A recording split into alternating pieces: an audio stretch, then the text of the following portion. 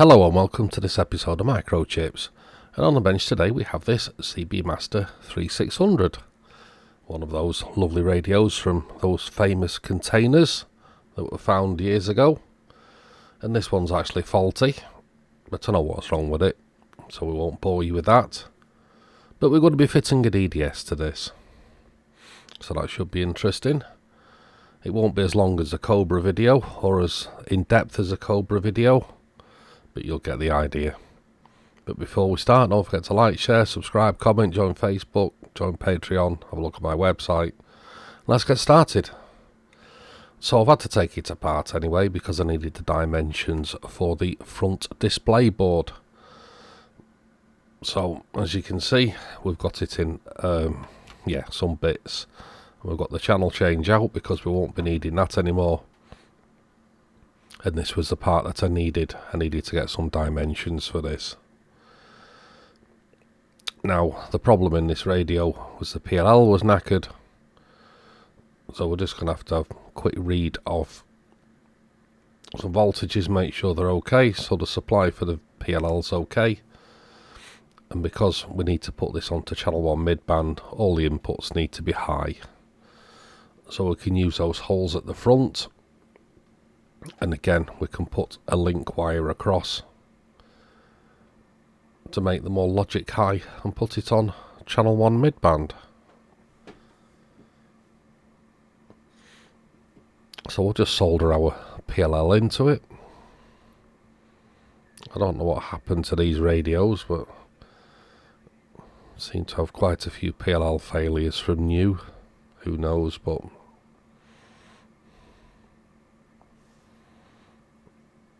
anyway, there's our PLL soldered in, and we're going to be using this header. As you can see, all the wires are soldered together. And there's our channel 1 midband operational. Obviously we've still got the crystal units in there, so it could be channel 1 high, mid or low, but channel 1 is what we wanted. So we'll just have a look at the waveform output from the crystal unit. And everything seems good there. Just doing this as a reference so I can have a look how strong it is later. And there you can see channel 1's as we predicted.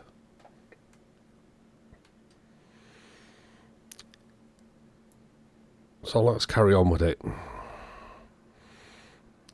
So we won't be needing this crystal unit, and we'll use exactly the same connection as we did in the TriStar 747. Essentially it's the same technology, but instead of moving the channel change, we're going to be moving the crystal this time. So I've already fitted a volt feed VCO in there, make it a bit more stable, and we'll start deciphering these wires because we'll be needing these switches. So there's the first version of my board using a nano. I say first version because we're going to be switching it out later. So there's our power connected up to it. I've used the power from the crystal board. And there's our parts we've taken out of it.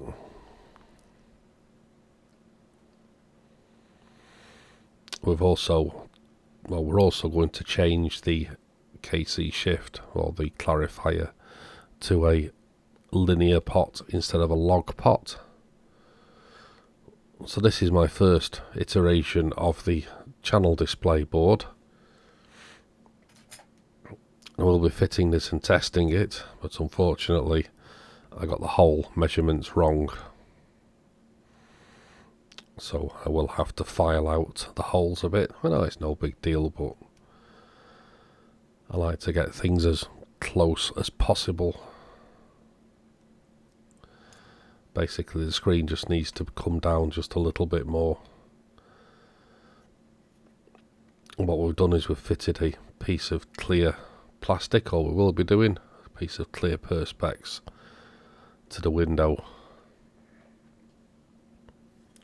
because obviously we cannot use the red one.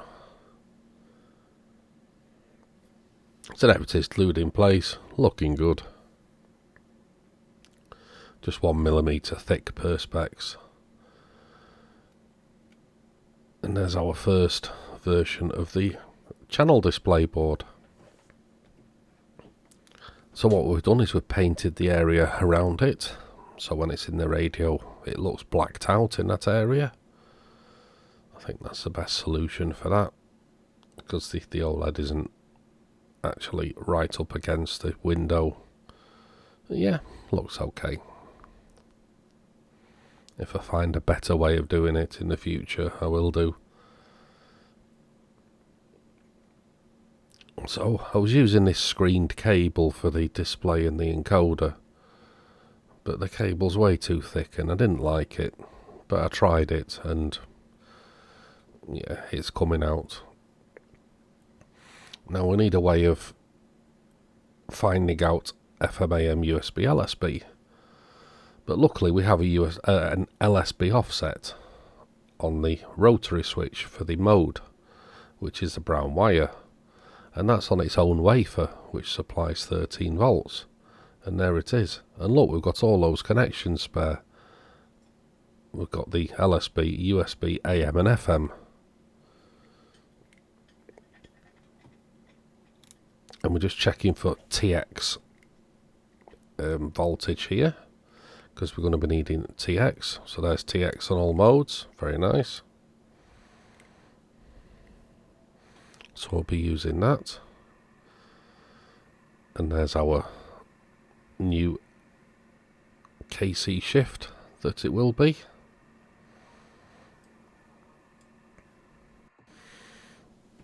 So all in all, it's looking good, but I wasn't happy with those big wires. So we're going to change those out in a bit. So we've done all the rest of the mods. We've done the RF bias, we've done the audio limiter, and all the other bits and pieces we need to do to these Cybernets to make them sound good. And just for giggles, we've fitted an 8.0 beep in there as well, because we needed something for the switches on the front.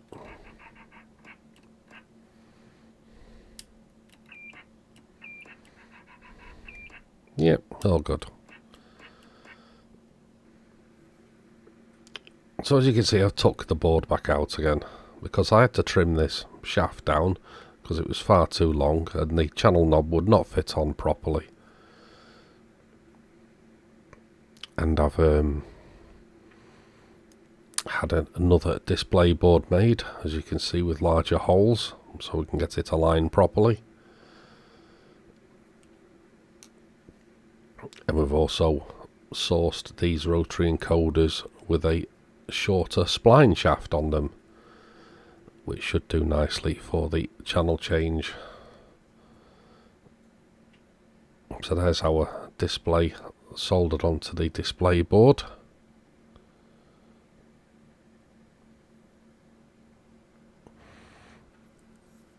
And we'll put the encoder on. We'll leave this. We've left the soldering till last for the encoder, but it's all on there. It's all soldered up, cabled up, and it's looking good, and it's held in place nicely.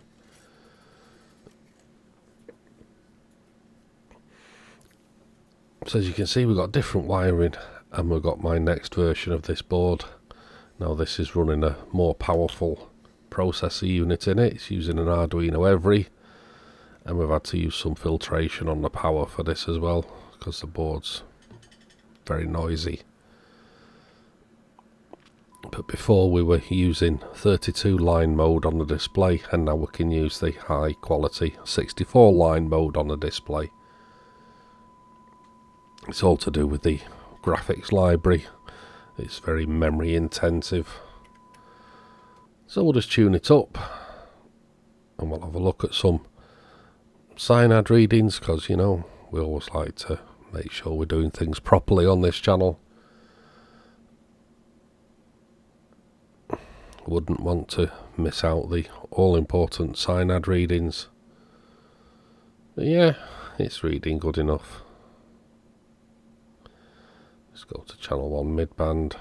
We'll switch the radio. As you can see, we need to adjust the RF front end a little bit better for channel 1 midband. It's only 5 dB anyway, so I'm going to try and experiment with this as well. We're going to change the AVR to a 9V regulator, and we're going to place it in this position here, just to add a little bit more stability. So we took the AVR out and we've wired it in place. So this is just a normal linear regulator, and our friends at Print Extreme have made a small decal for me, just to match up with the new buttons. So thank you, Print Extreme. Don't forget printcut.uk, where you can have an exclusive money off code. Microchips 10 gives you 10% off everything on the website. So yeah, just a small decal. Hopefully it'll look alright. I couldn't get a colour matched one. Greys are metallic greys are very hard colour to print, so I had him do it in black. I think it looks okay. Anyway, quick look on the two-tone. Let's have a look at the SSB waveform. Make sure that's okay. Make sure we're not flat topping or clipping or, you know, the usual.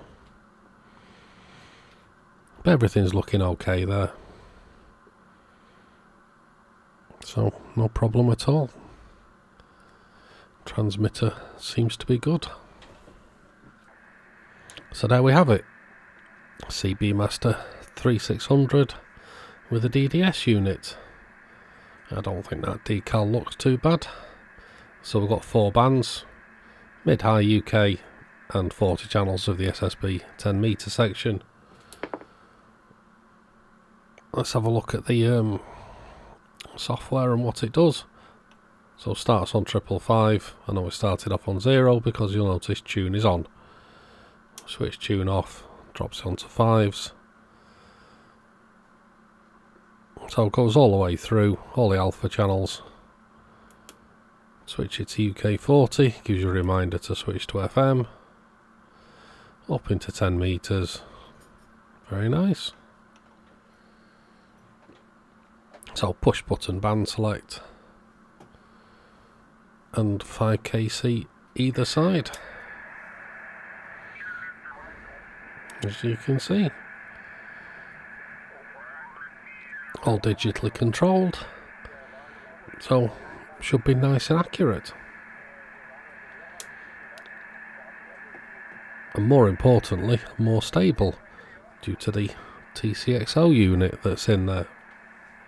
So anyway, hope you enjoyed this shorter video. Wasn't as long as the Cobra video. The Cobra video was a lot more in depth, but the principle is the same.